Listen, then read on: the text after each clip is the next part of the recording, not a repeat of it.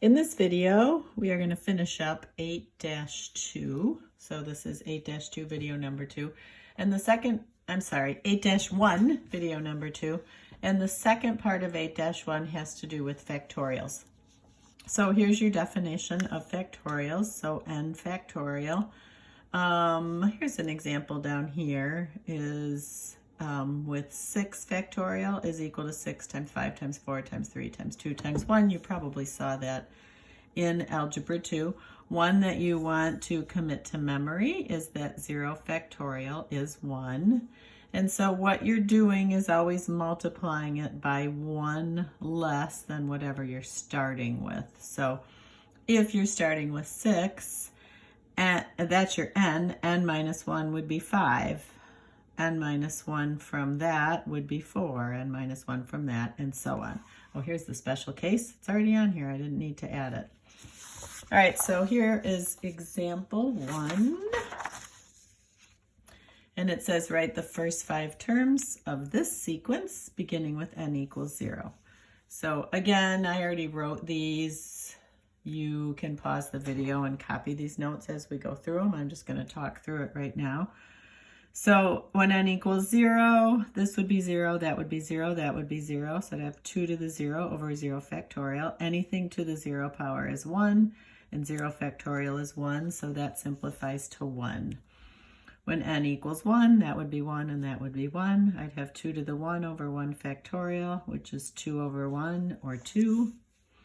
When n equals 2, I would have 2 to the second power over 2 factorial, which would be 4 over 2 times 1, which is 2. When n equals 3, I would have 2 to the third over 3 factorial. 2 to the third is 8. 3 factorial is 3 times 2 times 1, which is 6.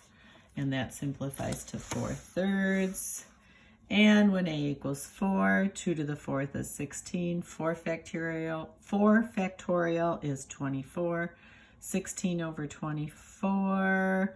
8 goes into that 2 times, 8 goes into that 3 times. So that simplifies to 2/3. So those are the first 5 terms.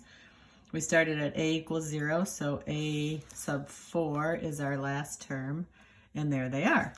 So sequences with factorials are pretty common, especially when you get to calculus. This is a your turn. So again, starting with n equals 0, write the first 5 terms of that sequence. So you should pause the video and definitely try that. And this is what your answer should be.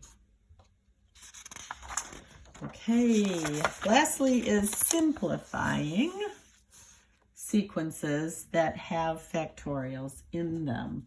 So if I started to write this out, 8 factorial would be 8 times 7 times 6 times 4 times 3 times 2 times 1. So that's what I would have on the top. 2 factorial would be 2 times 1. And I'm multiplying that by 6 factorial, which would be 6 times 5 times 4 times 3 times 2 times 1. Now, if you think about simplifying this, 1 divided by 1, those 1 out. 2 over 2, those 1 out. 3 over 3, those 1 out. 4 over 4, 5 over 5, 6 over 6.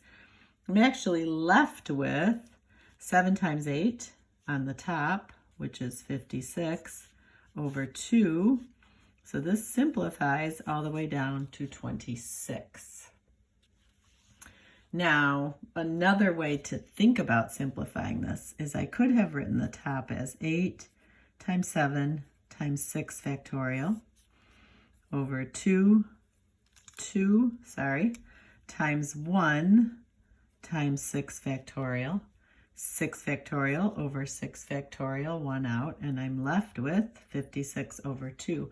So I didn't have to do all this. I just have to stop writing when I get to this 6 factorial, when I have the same factorial on the top and bottom of my fraction.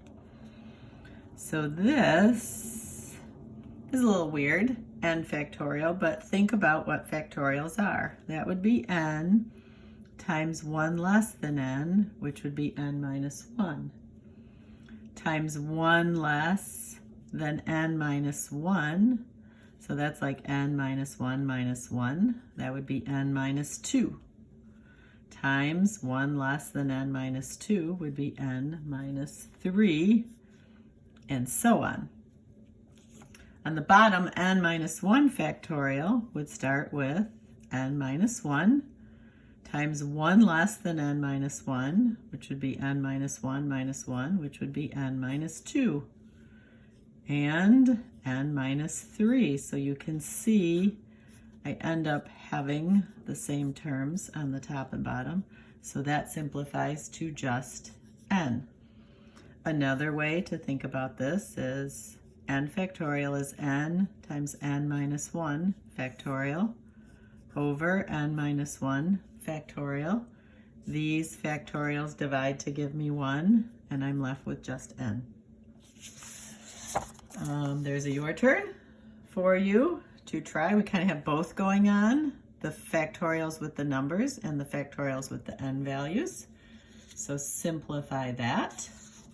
That should be what you get for your fully simplified. The last example is just kind of something famous and a little bit cool. The Fibonacci sequence is pretty famous and well known. If you haven't heard of it, you should Google it.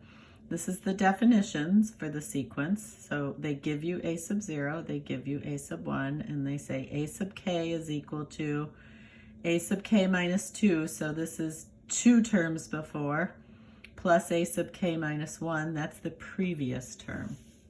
So I have written these out for you, and then you could pause and copy them. These two they gave me. A sub 2 means I would put a 2 here, here, and here. So I'd end up with a sub 2 minus 2 plus a sub 2 minus 1, which is a sub 0 plus a sub 1. Both of those are 1, so I get 2. So a sub 2 equals 2. A sub 3, I'm putting a 3 here, here, and here. So that would be 3 minus 2. This would be 3 minus 1. That's a sub 1 plus a sub 2. A sub 1 is 1. A sub 2 is 2. 1 plus 2, and I get 3. So what happens as you keep going down here is you're always adding the 2 previous terms. So for a sub 4, I'm adding a sub 3 plus a sub 2, the 2 previous terms, 2 plus 3. For a sub 5, I'm adding a sub 4 plus a sub 3, the 2 previous terms. So you're always finding the sum of the 2 previous terms. So the Fibonacci spiral, you could also look that up, but it occurs in nature. There's also pictures of the Fibonacci spiral. I can show you those in class. But in nature, the number of spirals in a pine cone will follow this pattern. The number of petals in each layer of certain flowers will follow the Fibonacci number, or spiral they call it. The spiral and the seeds in a sunflower, if you look at the middle of a sunflower and the seeds start to spiral out, they'll follow this pattern. 1 seed, then the next will have 1, and then 2 and 3 and 5. So kind of a famous sequence, the Fibonacci sequence. That ends lesson 8-1.